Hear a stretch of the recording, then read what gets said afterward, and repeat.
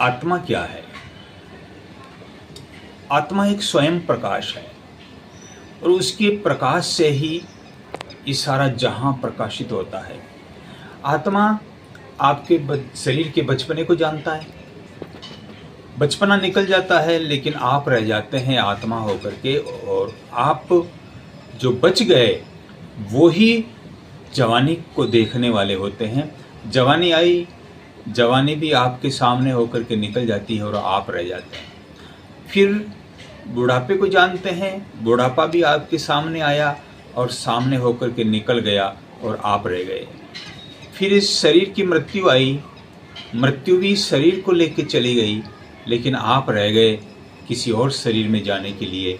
तो आप जो हमेशा बचते आए, बचपने से बच गए, जवानी से बच गए, बुढ़ापे से बच गए और मृत्यु से बच गए, वो बचने वाले और सभी में एक रस रहने वाले, जवानी, बचपना, बुढ़ापा, मृत्यु, सब में एक रस रहने वाले आप चेतन आत्मा होते हैं।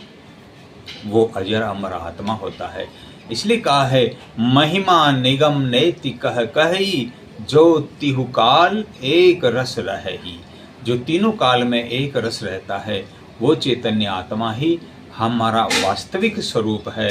और उसी वास्तविक स्वरूप से हमारी बुद्धि जब रूबरू हो जाती है तब उस बुद्धि को बोध होता है कि मैं चैतन्य आत्मा हूँ, मैं शरीर नहीं हूँ।